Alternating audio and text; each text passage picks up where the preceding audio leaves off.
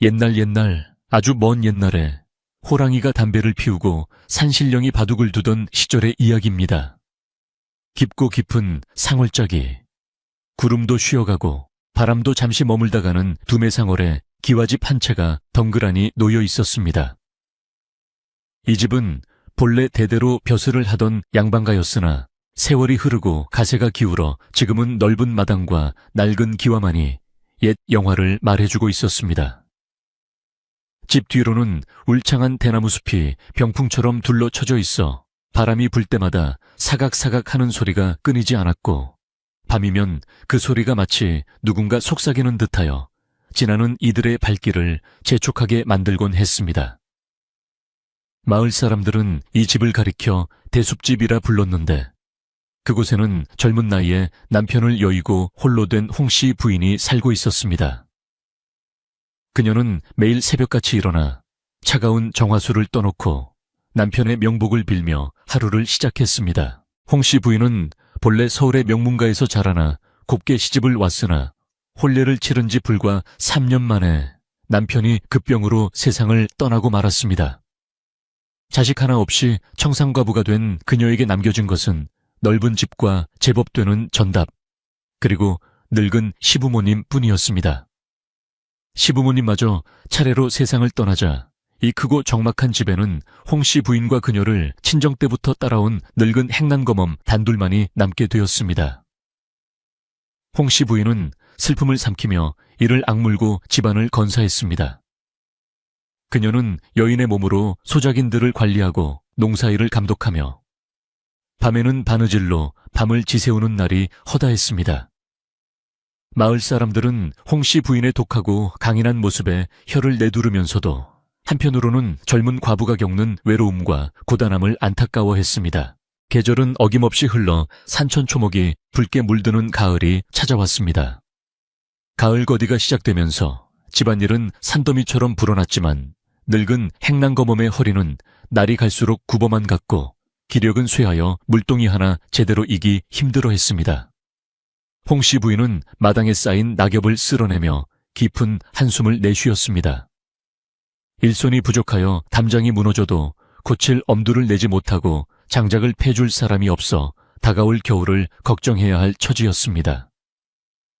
그렇다고 아무 사내나 집안에 들일 수는 없는 노릇이었습니다. 젊고 힘센 사내를 머슴으로 들이자니 과부집에 외간 남자가 드나든다는 흉흉한 소문이 날 것이 뻔했고, 그렇다고 늙은 노인을 들이자니 힘을 쓰지 못해 밥만 축낼 것이 걱정되었습니다. 홍씨 부인의 고민은 깊어만 갔고 밤마다 대숲을 흔드는 바람소리는 그녀의 마음을 더욱 심란하게 만들었습니다. 그러던 어느 날 홍씨 부인이 마을 어귀의 장터에 다녀오던 길이었습니다. 마을 입구에 서 있는 수백 년 된 느티나무 아래에 웬 낯선 사내 하나가 쭈그리고 앉아 있었습니다. 사내의 몰골은 말이 아니었습니다. 헝클어진 머리카락은 빗질을 한 지 몇 달은 된 듯 새집 같았고, 옷은 여기저기 기워 입어 본래의 색을 알아볼 수 없을 정도로 낡고 지저분했습니다. 그는 지나가는 사람들을 보며 실실 웃고 있었는데 입계는 침이 흘러내리고 눈동자는 초점이 없이 풀려 있어 누가 봐도 온전한 정신을 가진 사람이 아님을 알 수 있었습니다.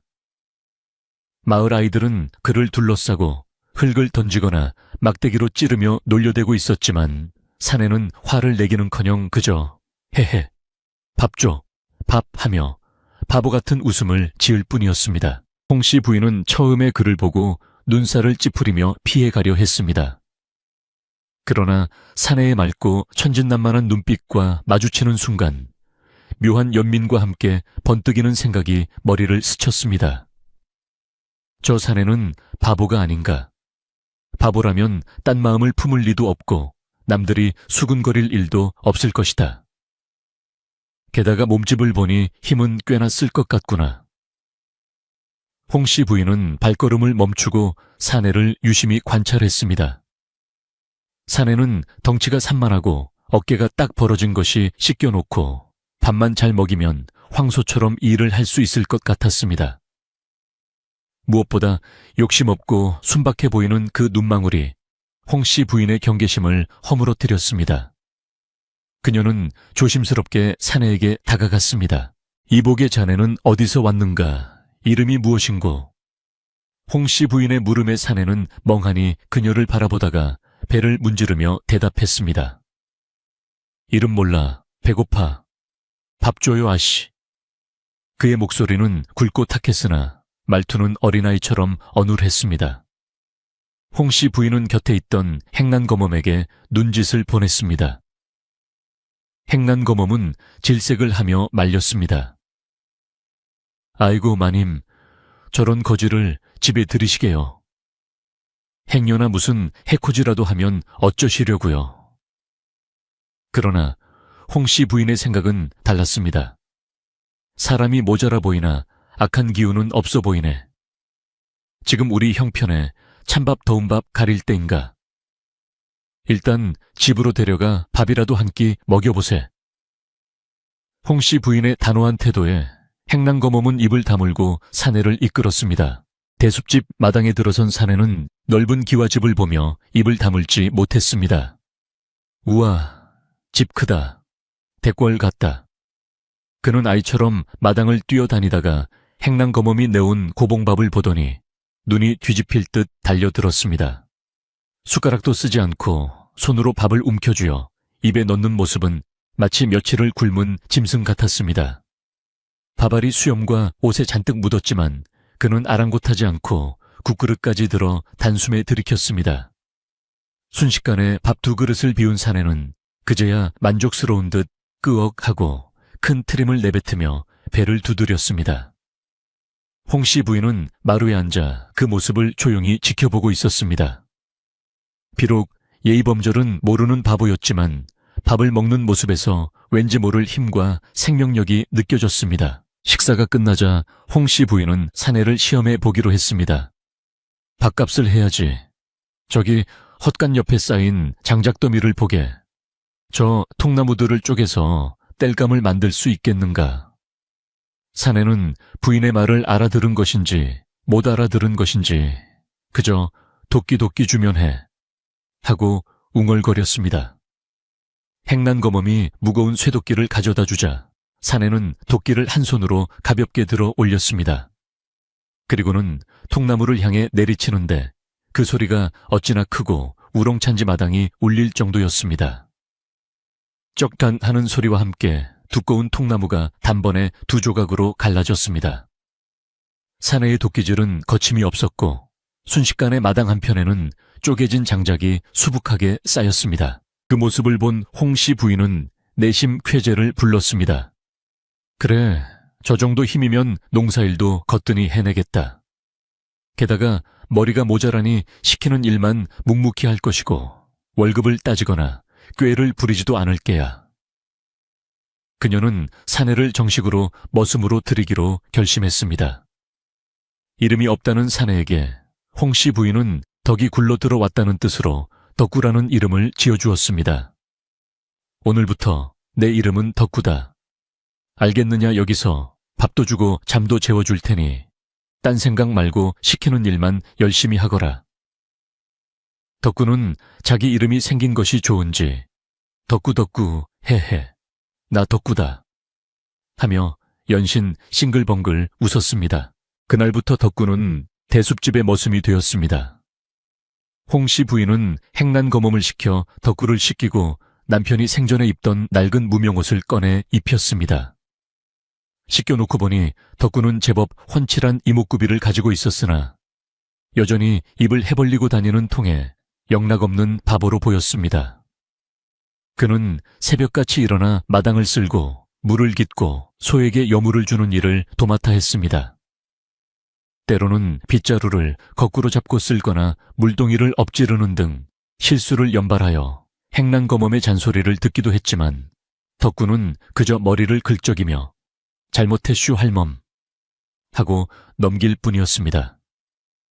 그의 성격은 둥글둥글하여 화를 낼 줄 몰랐고 힘든 일을 시켜도 불평 한마디 없었습니다. 마을 사람들은 대숲집에 새로운 머슴이 들어왔다는 소식을 듣고 하나둘 구경을 왔습니다.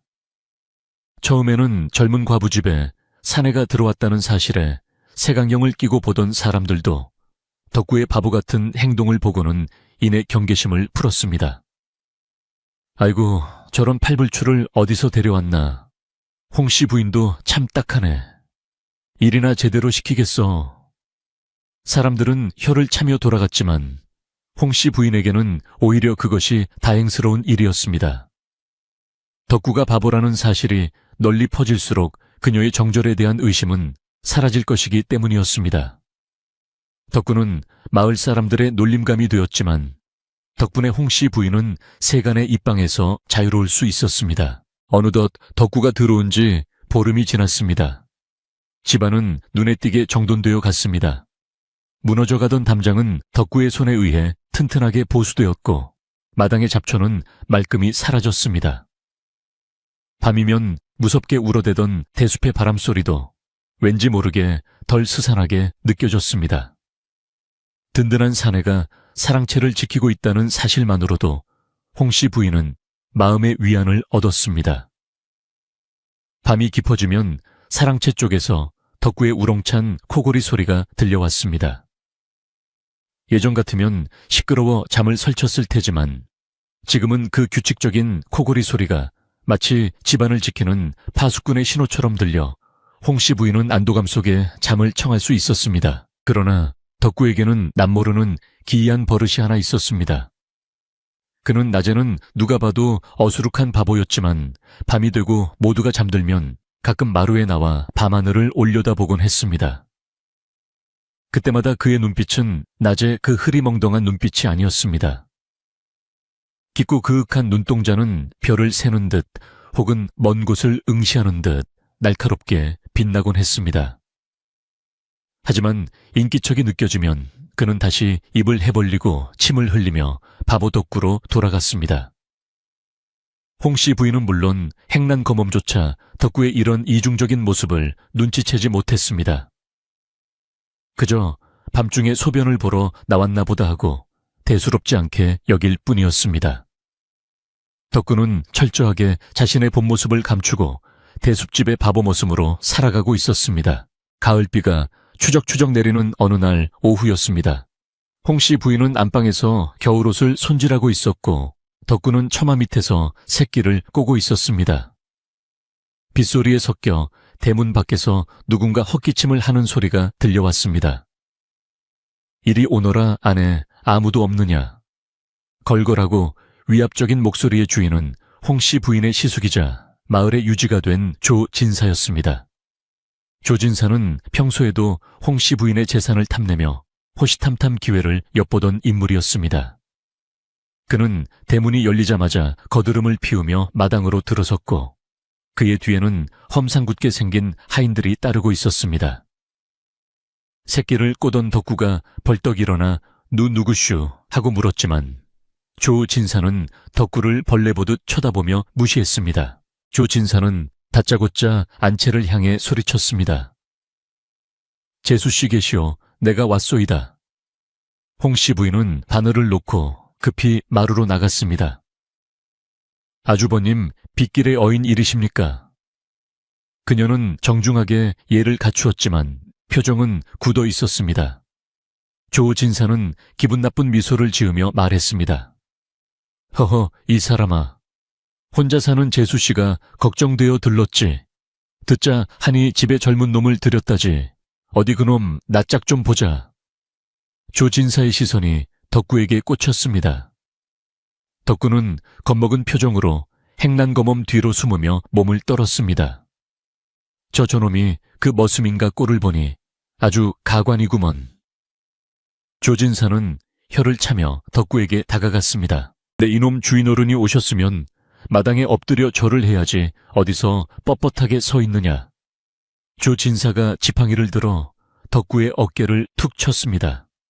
덕구는 아이고 아파라. 잘못했슈 나으리. 하며 과장되게 엄살을 피우며 땅바닥에 주저앉았습니다. 그 모습을 본 조진사는 비열한 웃음을 터뜨렸습니다. 하하하, 정말 천하의 바보 천치로구나. 재수씨, 이런 놈을 믿고 집안일을 맡기다니. 제 정신이요. 조 진사의 말에는 비웃음과 함께 은근한 탐색의 의도가 깔려 있었습니다. 그는 덕구가 정말 바보인지 아니면 쓸만한 놈인지 간을 보고 있는 것이었습니다. 홍 씨 부인은 불쾌함을 억누르며 차분하게 대답했습니다. 비록 모자란 아이나 힘이 좋고 심성이 착하여 제 몫은 다하고 있습니다. 너무 나무라지 마십시오. 조 진사는 콧방귀를 뀌며 안채 쪽을 힐끔거렸습니다. 흥두고 볼 일이지. 과부 혼자 사는 집에 사내놈이 있다는 게 영 찜찜하단 말이야. 내 오늘 온 것은 다름이 아니라 곧 있을 아버님 제사 문제 때문이오. 이번 제사는 우리 집에서 지낼 터이니 그리 알고 제수 비용을 좀 내놓으시지. 조 진사의 본색이 드러났습니다. 그는 제사를 핑계로 돈을 뜯어내려 온 것이었습니다. 홍 씨 부인은 기가 찼지만 시숙의 명을 거역할 수 없어 난처한 표정을 지었습니다. 그때 주저앉아 있던 덕구가 갑자기 벌떡 일어나 조 진사 앞으로 다가갔습니다. 그리고는 해맑게 웃으며 말했습니다. 나으리, 밥 줘요. 배고파요. 덕구는 더러운 손을 조 진사의 비단 옷자락에 쓱 문질렀습니다. 에이, 이 더러운 놈이. 조 진사는 질겁을 하며 뒤로 물러섰습니다. 비싼 비단 옷에 덕구의 손자국이 선명하게 남았습니다. 조 진사의 얼굴이 불그락푸르락해졌습니다. 내 이놈 감히 양반의 옷에 손을 대다니. 조 진사가 지팡이를 들어 덕구를 치려 하자 덕구는 재빨리 몸을 피하며 마당을 빙글빙글 돌았습니다. 나으리 술래잡기 나 잡아봐라 헤헤. 덕구의 천진난만함에 조 진사는 약이 오를 대로 올랐지만 체면 때문에 차마 마당에서 머슴과 쫓고 쫓기는 추격전을 벌일 수는 없었습니다. 홍 씨 부인은 웃음이 터지려는 것을 간신히 참으며 고개를 숙였습니다. 결국 조 진사는 분을 사귀지 못한 채 하인들에게 소리쳤습니다. 에이, 재수에는 없는 놈 가자. 재수씨, 내 다시 올 테니 준비해 두시오. 조 진사 일행은 씩씩거리며 대문을 나섰습니다. 그들이 사라지자 덕구는 언제 그랬냐는 듯 멀쩡한 표정으로 옷에 묻은 흙을 털어냈습니다. 홍 씨 부인은 덕구의 엉뚱한 행동 덕분에 위기를 모면했음을 깨닫고 안도의 한숨을 내쉬었습니다. 그러나 마음 한구석에는 불안감이 피어올랐습니다. 조 진사가 이렇게 쉽게 물러날 위인이 아니라는 것을 알기 때문이었습니다. 덕구는 빗자루를 다시 들고 마당을 쓸기 시작했지만 그의 등 뒤로 떨어지는 빗줄기는 앞으로 닥쳐올 시련을 예고하는 듯 더욱 거세게 쏟아졌습니다. 밤이 되자 비바람은 더욱 사나워졌습니다. 대숲이 울부짖는 소리가 집안을 가득 채웠습니다. 홍 씨 부인은 등잔불 아래에서 바느질을 하고 있었지만 손끝이 떨려 바늘기를 꿰기가 쉽지 않았습니다. 사랑채에서는 여느 때처럼 덕구의 코골이 소리가 들려왔지만 오늘따라 그 소리가 왠지 낯설게 느껴졌습니다. 홍 씨 부인은 창문을 살짝 열고 밖을 내다보았습니다. 칠흑 같은 어둠 속에 비바람만이 몰아치고 있었습니다. 그녀는 문득 낮에 덕구가 조진세게 했던 행동을 떠올렸습니다. 정말 아무것도 모르는 바보의 행동이었을까? 아니면 주인을 지키기 위한 기지였을까 의문은 꼬리에 꼬리를 물었지만 답을 알 길은 없었습니다. 그저 이 긴 밤이 무사히 지나가기만을 바랄 뿐이었습니다. 한편 사랑채의 덕구는 코를 골고 있었지만 잠들지 않았습니다. 그는 누운 채로 눈을 감고 귀를 곤두세고 있었습니다. 빗소리 사이로 들려오는 미세한 인기척 대숲이 흔들리는 소리와는 다른 낯선 발자국 소리를 구분해 내고 있었습니다. 그의 손은 베개 밑에 숨겨둔 몽둥이를 꽉 쥐고 있었습니다. 바보 행세를 하며 숨죽여온 그의 눈매가 어둠 속에서 서늘하게 빛났습니다. 대숲집의 밤은 깊어가고 보이지 않는 긴장감이 집안 곳곳에 스며들고 있었습니다.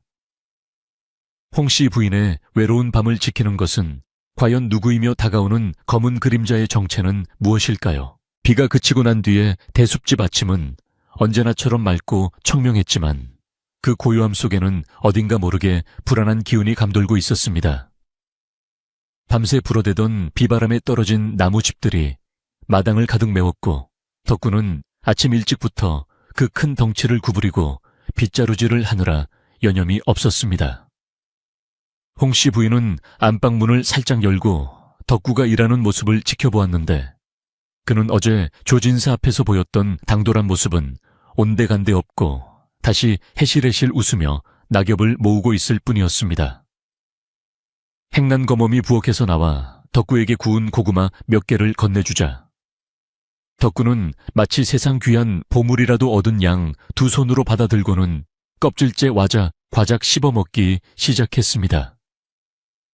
그 모습을 본 홍씨 부인은 어젯밤의 의구심이 눈 녹듯 사라지는 것을 느끼며 자신이 너무 예민하게 굴었던 것은 아닌가 하고 스스로를 달랬습니다. 하지만 마을의 분위기는 대숫집의 평온함과는 정반대로 흘러가고 있었습니다. 조진사는 어제 당한 망신을 안갚음이라도 하려는 듯 아침 일찍부터 주막에 앉아 동네 사람들에게 헛소문을 퍼뜨리기 시작했습니다. 그는 술잔을 기울이며 허허 세상 말세야 말세.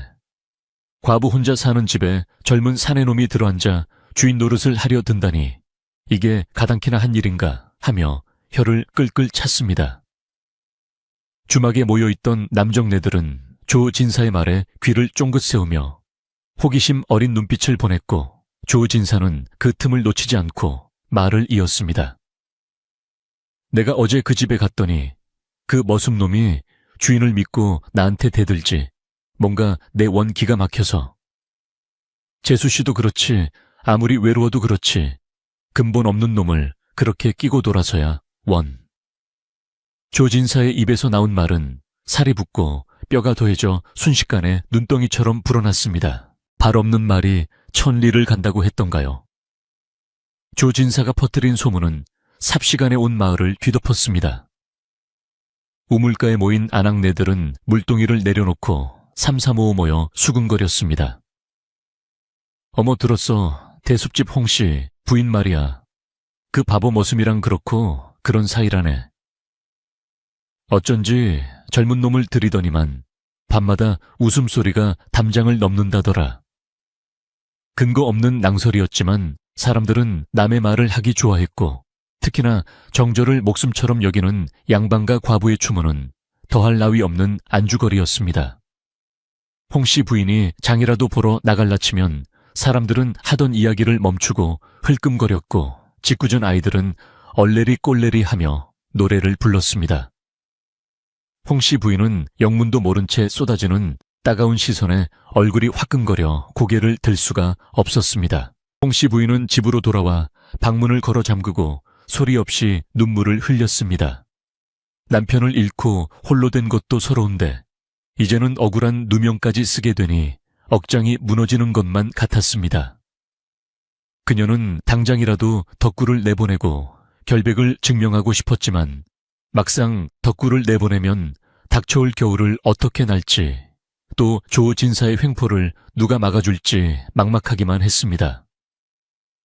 덕구는 아무것도 모른 채 마당에서 장작을 패고 있었고 제 쩍쩍 갈라지는 장작 소리만이 홍씨 부인의 복잡한 심경을 대변하는 듯했습니다. 그녀는 행난거멈을 불러 하소연했습니다. 어머마 마을에 도는 소문을 들었느냐. 내가 부덕하여 이런 꼴을 당하니 차라리 죽는 게 낫겠다. 덕구를 내보내는 게 옳지 않겠느냐. 평생을 이 집안에서 살아온 행난거멈은 구분등을 펴며 단호하게 말했습니다. 마님, 그게 무슨 당치도 않은 말씀이십니까? 소문은 바람 같은 것이라 불다 보면 잠잠해지는 법입니다. 지금 덕구를 내보내면 조진사 어른이 옳다구나 하고 집안을 삼키려 들 것입니다. 행난거멈은 잠시 뜸을 들이더니 목소리를 낮춰 속삭였습니다. 제가 보기에 덕구는 그냥 바보가 아닙니다. 멍해 보여도 집안 구석구석 살피는 눈이 예사롭지 않고 마님을 바라보는 눈빛에 삿된 마음이 없습니다. 오히려 조심해야 할 사람은 덕구가 아니라 웃는 얼굴로 칼을 품고 있는 조진사 어른입니다. 지금 덕구를 내치는 것은 호랑이를 피하려다 늑대굴로 들어가는 꼴이 될 것입니다. 행랑검엄의 말에 홍씨 부인은 정신이 번쩍 들었습니다. 곰곰이 생각해보니 조 진사가 노리는 것은 자신의 평판이 아니라 바로 이 집과 땅이었습니다. 소문을 퍼뜨려 자신을 공영에 빠뜨린 후 가문의 명예를 지킨다는 명분으로 재산을 가로채려는 속셈이 분명했습니다. 홍씨 부인은 눈물을 닦고 마음을 다잡았습니다. 내 말이 옳다. 내가 잠시 어리석은 생각을 했구나. 사람들이 뭐라 하든 내가 떳떳하면 그만이다. 덕구에게는 내색하지 말고 평소처럼 대해주어라. 홍씨 부인은 다시금 강인한 안주인의 모습으로 돌아왔지만 가슴 한구석에는 여전히 불안의 불씨가 남아있었습니다. 그녀는 덕구가 정말로 자신과 이 집을 지켜줄 수 있을지 아니면 이 또한 헛된 희망일지 확신할 수 없었습니다. 그날 오후 덕구는 평소와 다름없이 마당을 어슬렁거리고 있었습니다. 그는 닭장에 들어가 달걀을 꺼내오다가 하나를 떨어뜨려 깨먹고는 행랑검엄에게 등짝을 맞기도 했고 지나가는 개미 행렬을 쪼그리고 앉아 한참이나 들여다보기도 했습니다. 그러나 해가 뉘엿뉘엿 넘어가고 땅거미가 지기 시작하자 덕구의 행동에 미묘한 변화가 생겼습니다. 그는 빗자루를 들고 대문 밖을 쓰는 척하며 마을로 이어지는 길목을 유심히 살폈습니다. 그리고는 헐거워진 대문 빗장을 단단한 참나무로 교체하고 담장 밑에 쌓여있던 디딤돌들을 몰래 치워버렸습니다. 마치 누군가 담을 넘어올 것을 미리 대비하기라도 하는 듯한 모습이었습니다. 물론 누가 물어보면 헤헤 돌이 발에 걸려서 하며 얼버무렸지만 말입니다. 어둠이 짙게 깔린 밤 조 진사는 자신의 신복인 돌쇠를 은밀히 불렀습니다. 오늘 밤 대숲집에 다녀오너라. 가서 그 과부년과 머슴놈이 무슨 짓을 하고 있는지 낱낱이 살펴보고 오란 말이다. 만약 꼬투리 잡을 만한 게 보이면 즉시 나게 알리거라. 돌쇠는 조 진사의 명을 받고 검은 옷으로 갈아입은 뒤 어둠 속으로 스며들었습니다. 그는 발소리를 죽이며 대숲집 담장 아래로 접근했습니다. 대숲의 바람소리가 그의 인기척을 감춰주고 있었습니다. 돌쇠는 익숙한 솜씨로 담장을 넘어 마당 한구석에 있는 장독대 뒤에 몸을 숨겼습니다. 안채의 불은 꺼져 있었고 사랑채에서는 덕구의 우렁찬 코골이 소리만이 들려왔습니다. 흥바보 천치놈, 세상 모르고 자빠져 자는구나. 돌쇠는 속으로 코웃음을 치며 안채 쪽으로 살금살금 다가갔습니다. 방문 앞에 다다라 문구멍을 뚫고 안을 들여다보려던 찰나 갑자기 등 뒤에서 인기척이 느껴졌습니다. 깜짝 놀라 뒤를 돌아보기도 전에 차가운 액체가 머리 위로 쏟아졌습니다. 으악, 이게 뭐야. 돌쇠가 비명을 지르며 펄쩍 뛰었습니다. 그것은 똥오줌이 섞인 구정물이었습니다. 냄새가 진동을 하자 돌쇠는 헛구역질을 해댔습니다. 그때 어둠 속에서 덕구가 나타나 요강을 들고 서 있었습니다. 똥개다, 똥개가 들어왔네. 아이쿠 냄새야. 저리가, 저리가. 덕구는 코를 막고 손을 휘저으며 소란을 피웠습니다. 덕구의 고함 소리에 놀라 안채에서 홍씨 부인이 행랑채에서 행랑검엄이 뛰쳐나왔습니다. 무슨 일이냐, 밤중에 웬 소라냐. 횃불을 들고 나온 행랑검엄이 마당을 비추자 똥물을 뒤집어 쓴 채 오들오들 떨고 있는 돌쇠의 모습이 드러났습니다. 돌쇠는 당황하여 어쩔 줄 몰라 하며 뒷걸음질 쳤습니다. 아니, 저는 그냥 길을 잃어서. 변명할 틈도 없이 덕구가 빗자루를 들고 달려들었습니다. 나쁜 똥개, 우리 집 마당에 똥 싸러 왔지. 떼찌. 덕구가 사정없이 빗자루를 휘두르자 돌쇠는 사람 살려를 외치며 허둥지둥 대문을 열고 도망쳤습니다.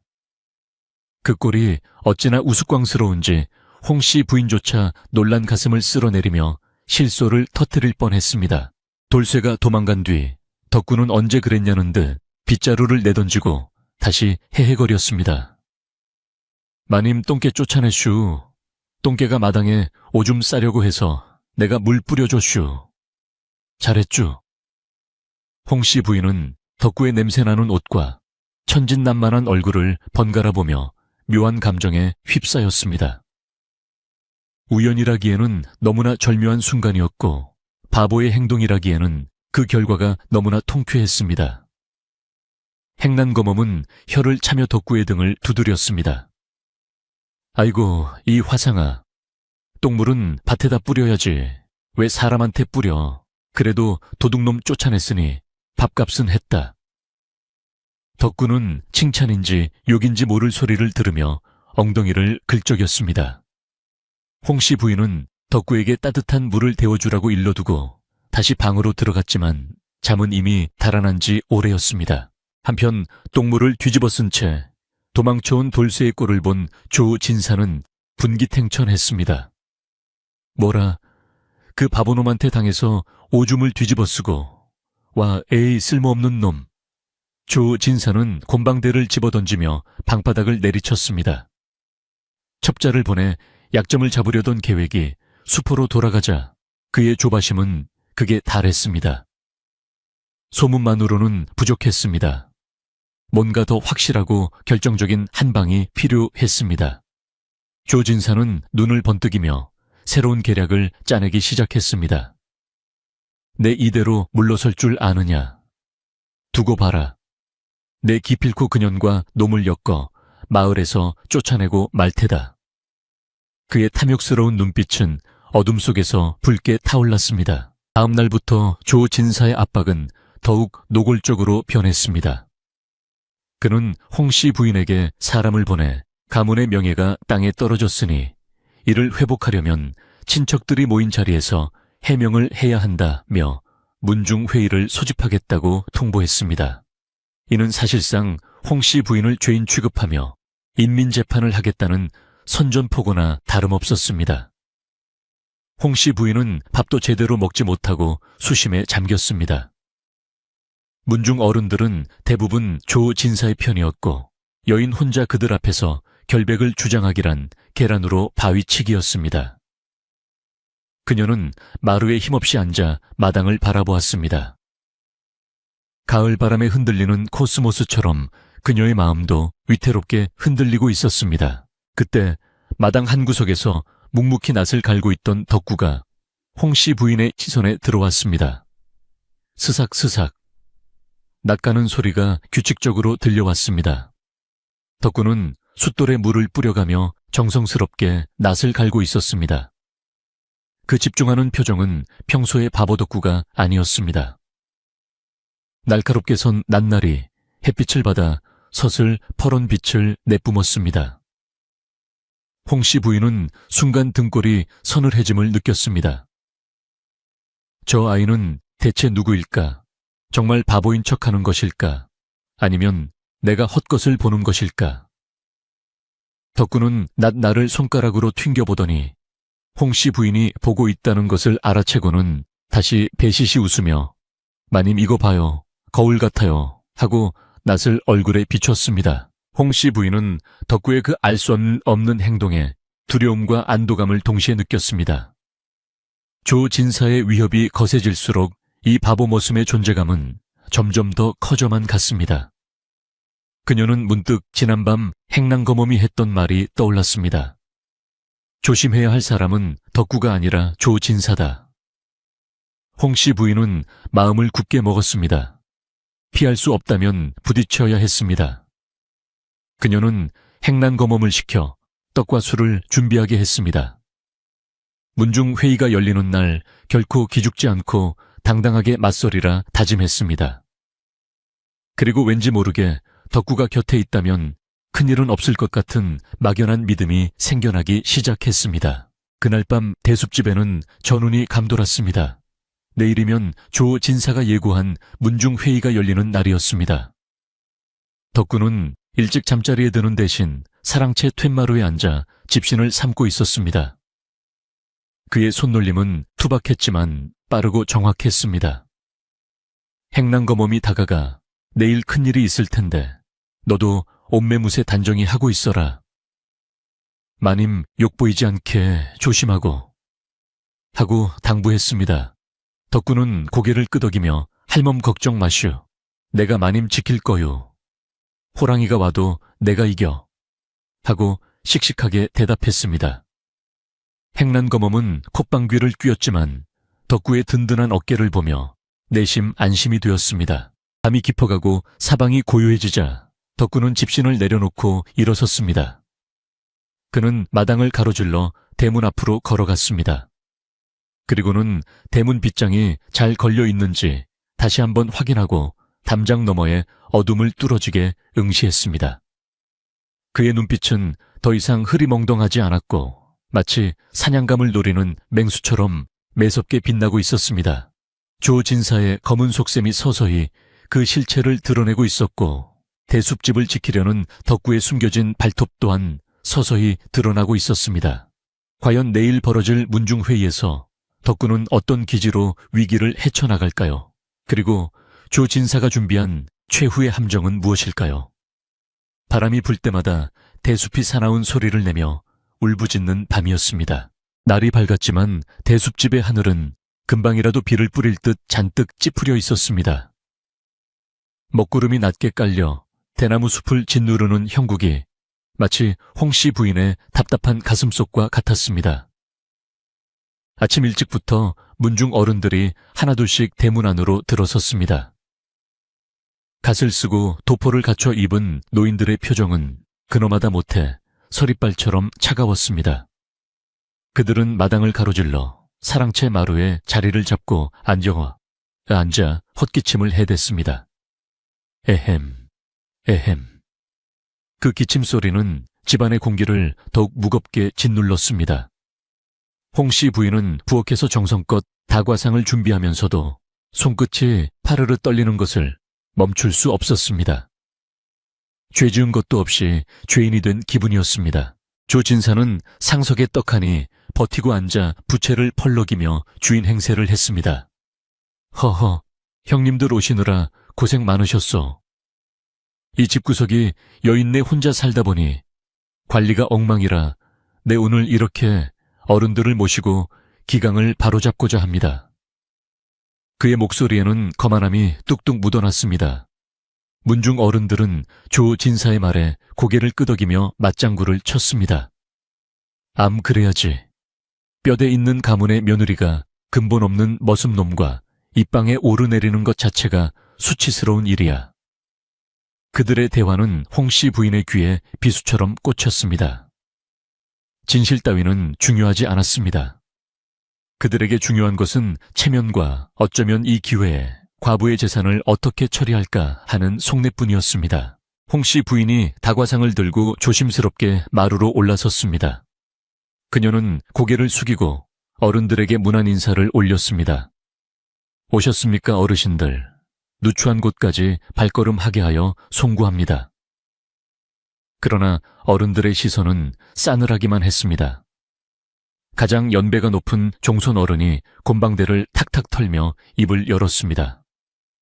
부인 자네가 시집온 뒤로 집안의 우환이 끊이지 않더니 급기야 남편 잡아먹고 이제는 외간 남자까지 들여 집안에 먹칠을 하는가.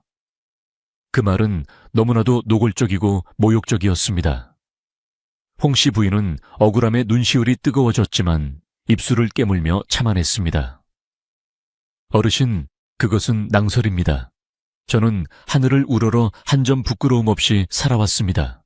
부끄러움이 없다. 그럼 저 마당에 서 있는 놈은 무엇인가?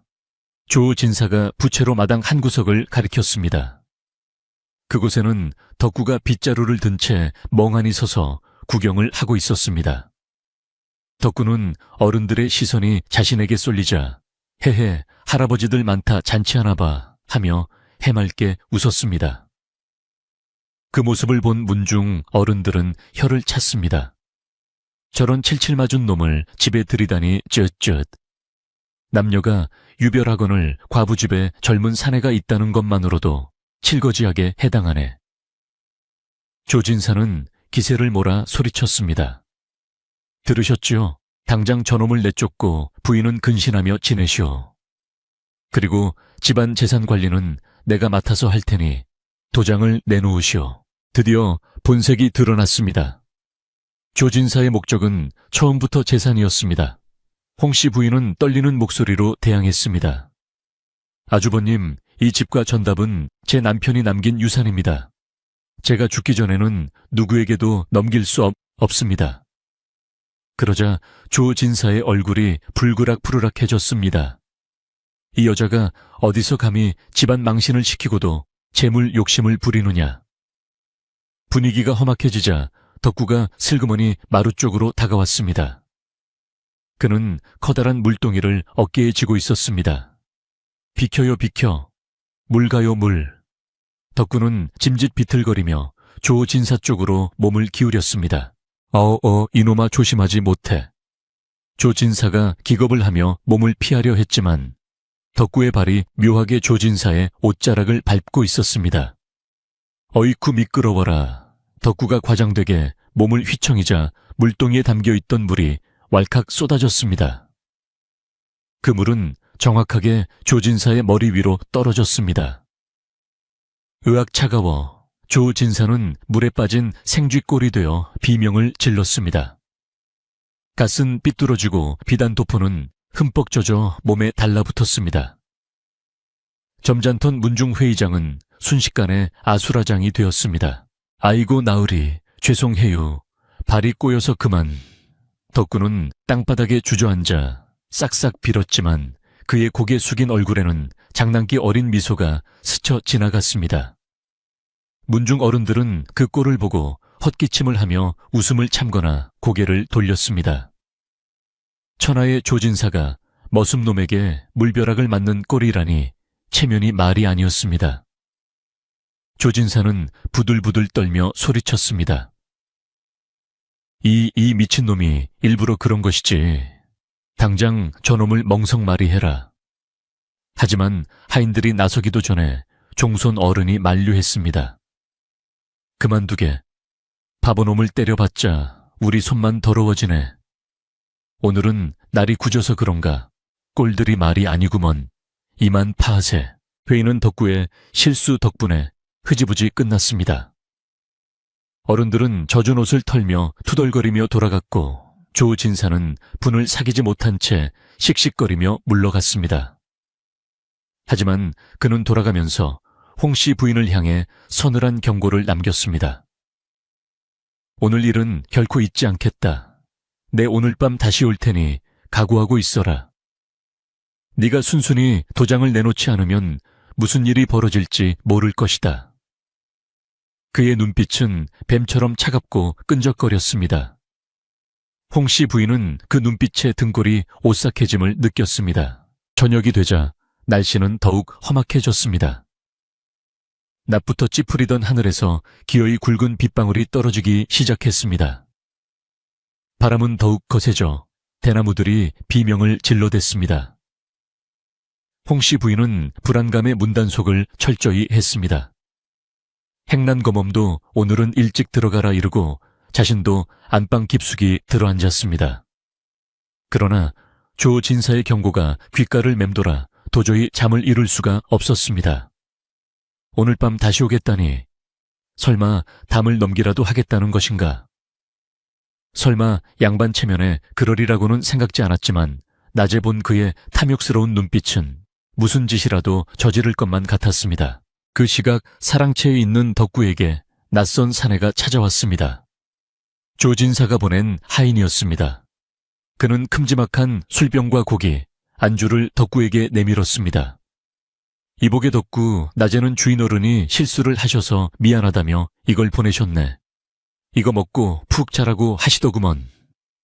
덕구는 술병을 보자마자 눈이 휘둥그레졌습니다. 우와, 술이다 고기다 나으리 최고네 헤헤. 덕구는 침을 질질 흘리며 술병을 받아 들었습니다. 하인은 덕구가 술을 벌컥벌컥 마시는 것을 확인하고는 비릿한 웃음을 지으며 돌아갔습니다. 그 술에는 깊은 잠에 빠지게 하는 약이 타져 있었습니다. 덕구는 하인이 사라지자마자 마시던 술을 퇴해하고 뱉어냈습니다. 애투애투의 맞대가리, 업개쓰리, 약을 탔으면 꿀이라도 좀 섞든가. 그의 눈빛은 순식간에 맑게 돌아왔습니다. 그는 사실 술을 한 모금도 넘기지 않았던 것입니다. 낮에 조 진사의 눈빛을 읽은 덕구는 그가 밤에 반드시 무슨 수작을 부릴 것이라 짐작하고 있었습니다. 바보라고 얕보더니 아주 사람을 멍청이로 아는구나. 덕구는 남은 술을 마당 구석의 개미굴에 부어버리고는 빈 술병을 옆에 끼고 헛간으로 들어갔습니다. 그리고는 대문 밖에서도 들릴 정도로 크게 코를 골기 시작했습니다. 드르렁컹 드르렁컹. 밤이 깊어 삼경. 밤 11시 1시 이되었습니다. 비바람은 폭풍으로 변해 천지를 뒤흔들었습니다. 천둥 번개가 칠 때마다 대숲집의 기와 지붕이 번쩍거렸습니다. 홍씨 부인은 이불을 뒤집어 쓰고 공포에 떨고 있었습니다. 그때였습니다. 쿵 하는 둔탁한 소리가 담장 쪽에서 들려왔습니다. 빗소리에 묻혀 잘 들리지 않았지만 홍씨 부인의 예민한 귀는 그것이 사람이 뛰어내리는 소리임을 직감했습니다. 그녀는 숨을 죽이고 귀를 기울였습니다. 자박자박 진흙을 밟는 발자국 소리가 안채 쪽으로 다가오고 있었습니다. 담을 넘은 사람은 예상대로 조 진사였습니다. 그는 검은 복면을 쓰고 품에는 단도를 품고 있었습니다.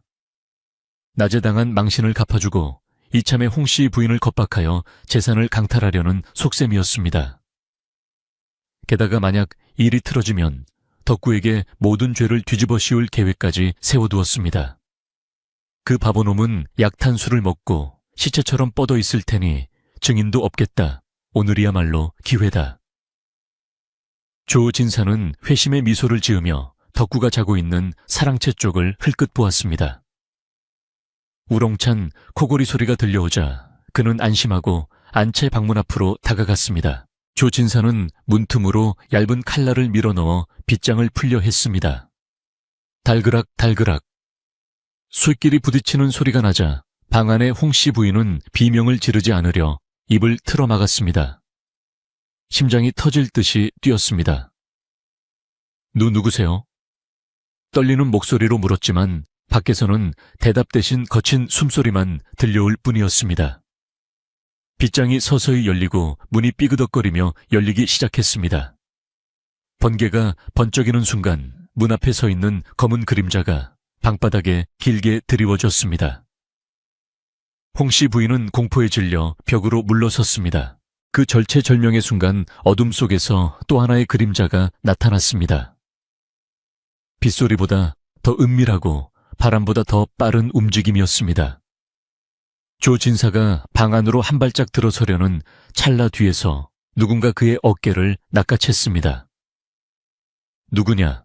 조 진사가 놀라 뒤를 돌아보자 번개가 우르릉 쾅 하고 치며 그 얼굴을 비췄습니다.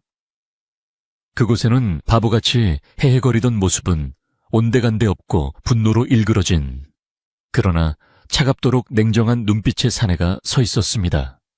바로 덕구였습니다. 덕구는 한 손으로 조 진사의 멱살을 잡고 그를 번쩍 들어 올렸습니다.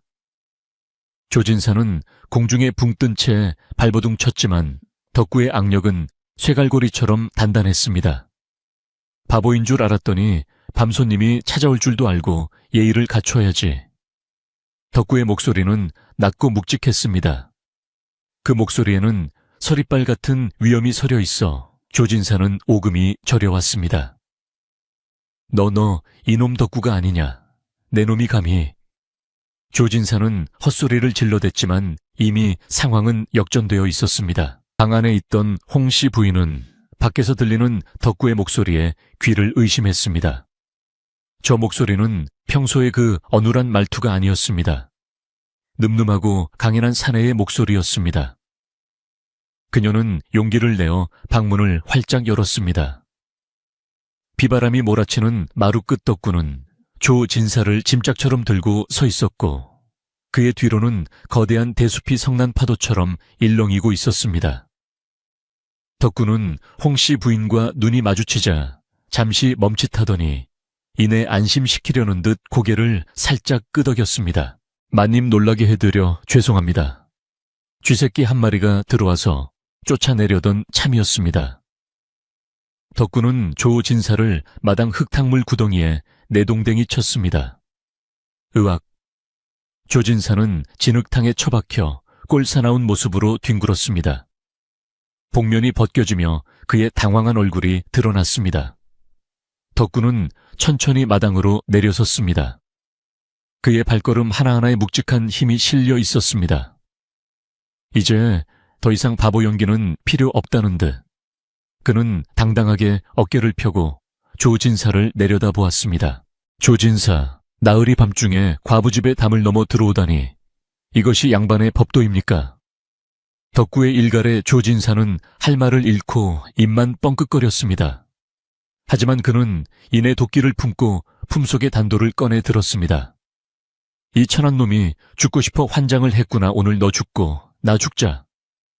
조진사가 칼을 휘두르며 덕구에게 달려들었습니다. 홍씨 부인은 조심해요 하고 비명을 질렀습니다. 번개가 다시 한번 세상을 하얗게 비추었고 마당에서는 빗줄기를 가르는 날카로운 쇳소리가 울려 퍼졌습니다. 과연 덕구는 흉기를 든 조진사를 제압하고 대숲집의 평화를 지킬 수 있을까요? 폭풍우 치는 밤의 싸움은 이제 막 시작되었습니다. 번개가 칠흑 같은 어둠을 가르고 대지를 내리꽂을 때 조진사의 손에 들린 서슬퍼런 단도가 섬뜩한 빛을 발하며 덕구의 가슴을 향해 날아들었습니다. 그러나 덕구는 물러서지 않았습니다. 오히려 그는 바람처럼 가볍게 몸을 틀어 날카로운 칼날을 피함과 동시에 조진사의 손목을 낚아채 비틀어 버렸습니다. 으악! 조진사의 입에서 비명이 터져 나왔고 단도는 힘없이 진흙탕 속으로 처박혔습니다. 덕구의 소나기 힘은 마치 쇠를 녹여 만든 족쇄처럼 단단하여 조진사는 옴짝달싹할 수 없었습니다. 빗줄기는 더욱 거세져 두 사람의 몸을 적셨지만 덕구의 눈빛은 비바람조차 뚫을 듯 강렬하게 타오르고 있었습니다. 그는 조진사의 팔을 꺾어 제압한 뒤 무릎으로 그의 등을 눌러 꼼짝 못하게 만들었습니다. 진흙 범벅이 된 조진사의 꼴은 양반의 체면 따위는 찾아볼 수 없는 비루한 짐승의 모습 그 자체였습니다. 이거 놓지 못해. 내 놈이 정녕 죽고 싶은 개냐. 조진사는 진창에 얼굴을 박은 채 고래고래 소리를 질러댔지만 덕구는 꿈쩍도 하지 않았습니다. 오히려 덕구는 낮고 굵은 목소리로 준엄하게 꾸짖었습니다. 죽고 싶은 건 내가 아니라 댁인 것 같소. 야심한 밤에 복면을 쓰고 과부의 침소를 범하려 들다니 이것이 글깨나 읽었다는 선비가 할 짓이오. 덕구의 말투는 더 이상 어눌한 바보의 것이 아니었습니다. 마치 관아의 사또가 죄인을 신문하던 위엄이 넘쳐 흘렀습니다. 방 안에서 떨고 있던 홍씨 부인은 그 낯선 목소리에 놀라움과 안도감을 동시에 느끼며 비로소 방문을 활짝 열고 마루로 나섰습니다. 그녀의 눈앞에는 믿을 수 없는 광경이 펼쳐져 있었습니다. 천하의 조진사가 바보 모습 밑에 깔려 허우적거리고 있었던 것입니다. 소란스러운 소리에 잠이 깬 행랑검엄이 비명을 지르며 달려나왔습니다. 아이고, 사람 살려 도둑이야 강도야. 행랑검엄은 마당의 참상을 보고는 징을 들고 미친 듯이 두드려댔습니다. 징징징, 날카로운 쇳소리가 빗소리를 뚫고 온 마을로 퍼져나갔습니다. 동네 사람들, 우리 마님 죽네, 도둑놈이 들었어. 행랑검엄의 다급한 외침은 폭풍우 치는 밤의 정적을 산산조각 냈습니다. 잠들어 있던 마을 사람들은 난데없는 징소리에 놀라 하나둘 깨어났습니다. 개들이 컹컹 짖어대기 시작했고 집집마다 불이 켜지더니 이내 횃불을 든 장정들이 비를 뚫고 대숲집으로 달려오기 시작했습니다. 마을은 순식간에 벌집을 쑤셔놓은 듯 소란스러워졌습니다. 덕구는 조진사를 제압한 상태에서 홍씨 부인을 바라보며 안심시키듯 고개를 끄덕였습니다. 마님, 이제 괜찮습니다. 곧 사람들이 몰려올 것입니다. 있는 그대로만 말씀하시면 됩니다. 홍씨 부인은 덕구의 듬직한 모습에 주저앉을 뻔한 다리에 힘을 주었습니다. 잠시 후 웅성거리는 소리와 함께 마을 이장과 동네 사람들이 대문을 박차고 들어왔습니다. 횃불의 붉은 빛이 비 내리는 마당을 환하게 비추자 사람들은 경악을 금치 못했습니다. 진흙탕에 처박혀 있는 사람은 다름 아닌 마을의 유지 조진사였고, 그를 누르고 있는 사람은 바보로만 알았던 머슴 덕구였기 때문입니다. 이장은 눈을 의심하며 물었습니다. 이게 대체 무슨 일이오? 조진사 어른, 아니 왜 거기 그러고 계시오? 조진사는 사람들이 몰려오자 수치심과 당혹감에 얼굴이 시뻘개졌지만 이내 뻔뻔하게 고개를 쳐들고 거짓말을 늘어놓기 시작했습니다. 이장 잘 왔네. 내 저 미친 머슴놈에게 맞아 죽을 뻔했네. 재수씨가 걱정되어 순찰을 돌던 중인데 갑자기 저놈이 덤벼들지 뭔가. 조진사는 적반하장으로 덕구를 모함하며 상황을 모면하려 했습니다. 마을 사람들은 웅성거리기 시작했습니다. 평소 덕구가 모자란 행동을 많이 했기에 혹시나 정말로 미쳐 날뛰는 것은 아닌가 의심하는 눈초리도 있었습니다. 조진사는 기세를 몰아 소리쳤습니다. 저놈이 밤중에 술에 취해 주인도 못 알아보고 폐악질을 부린 게야 당장 저놈을 멍석마리하고 관에 넘겨야 하네. 그때 덕구가 천천히 조진사를 놓아주고 자리에서 일어났습니다. 그는 옷매무새를 가다듬고 마을 사람들을 향해 정중하게 읍을 했습니다. 그의 태도는 너무나 침착하고 기품이 있어 사람들은 순간 숨을 죽였습니다.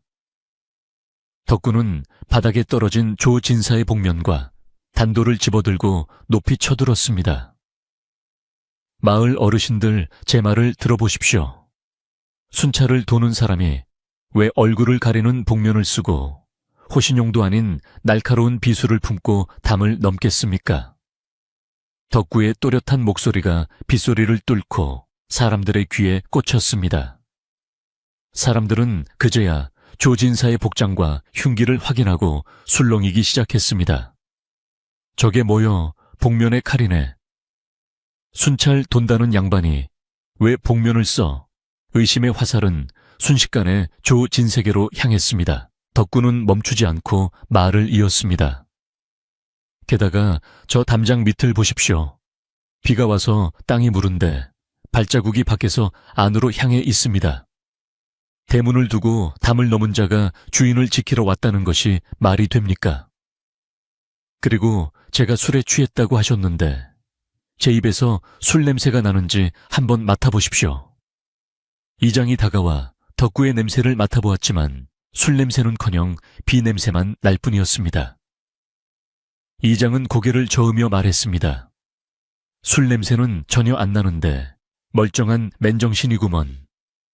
조진사의 거짓말이 만천에 드러나는 순간이었습니다. 덕구의 논리 정연한 반박에 조진사는 입을 다물지 못하고 꿀먹은 벙어리가 되었습니다. 홍씨 부인도 용기를 내어 마루 앞으로 나섰습니다. 그녀는 떨리지만 단호한 목소리로 말했습니다.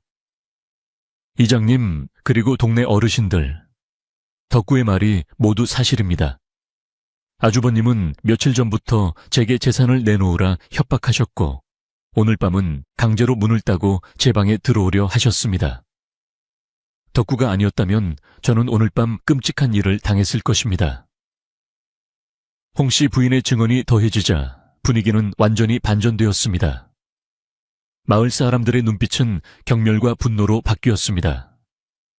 과부를 보호하기는커녕 재산을 노리고 겁탈하려 했다는 사실은 유교 사회인 마을에서 결코 용서받을 수 없는 폐륜이었습니다. 짐승만도 못한 놈 어디선가 욕설이 터져 나왔습니다. 문중의 최고 어른인 종손 영감이 지팡이를 짚고 앞으로 나왔습니다.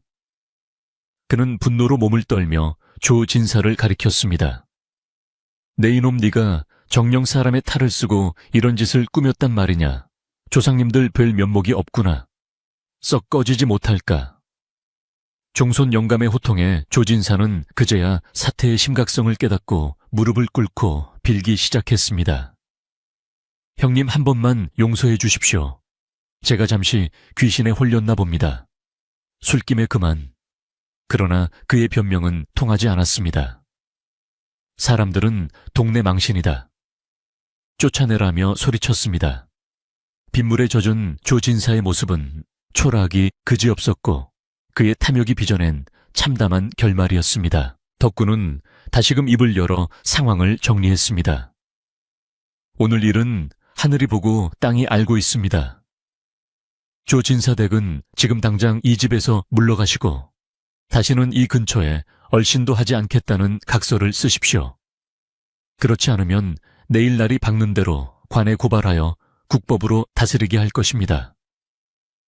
덕구의 서슬 퍼런 위협에 조진사는 고개를 끄덕이며 연신 굽실거렸습니다. 알겠네, 알겠어.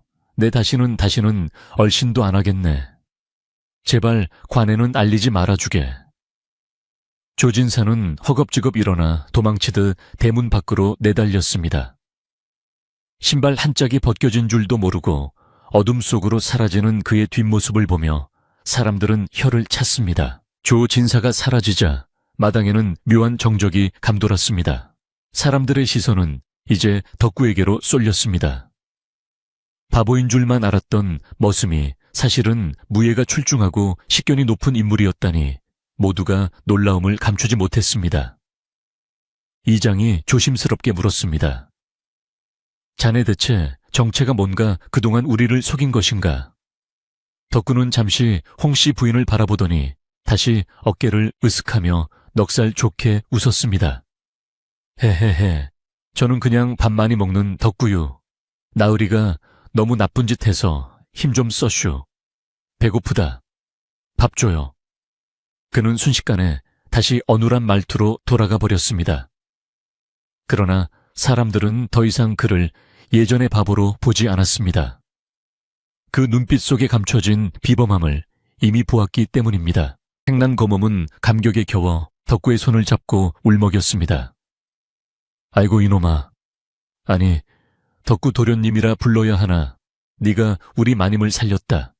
정말 고맙다. 덕구는 행난 거몸의 손을 투박하게 다독이며 할멈나 도련님 아뇨. 그냥 덕구요. 밥이나 많이 줘. 하고 딴청을 피웠습니다. 마을 사람들도 하나둘 덕구의 등을 두드리며 칭찬을 아끼지 않았습니다. 홍씨 부인이 복을 타고났네. 저런 든든한 일꾼이 들어왔으니 이제 걱정 없겠어. 소문은 순식간에 과부와 노란한 머슴에서 과부를 구한 의로운 충복으로 바뀌었습니다. 억울한 누명이 씻겨 내려가는 순간이었습니다. 비는 어느새 그치고 구름 사이로 희미하게 달빛이 비치기 시작했습니다. 소란이 가라앉자 마을 사람들은 밤이 늦었으니 들어가 쉬라 는 인사를 남기고 하나둘 집으로 돌아갔습니다.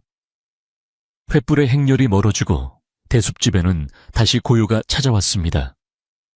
엉망이 된 마당에는 부러진 나뭇가지와 진흙만이 남아있었지만 공기는 한결 상쾌해졌습니다. 홍씨 부인은 마루 끝에 서서 마당을 정리하고 있는 덕구를 물끄러미 바라보았습니다.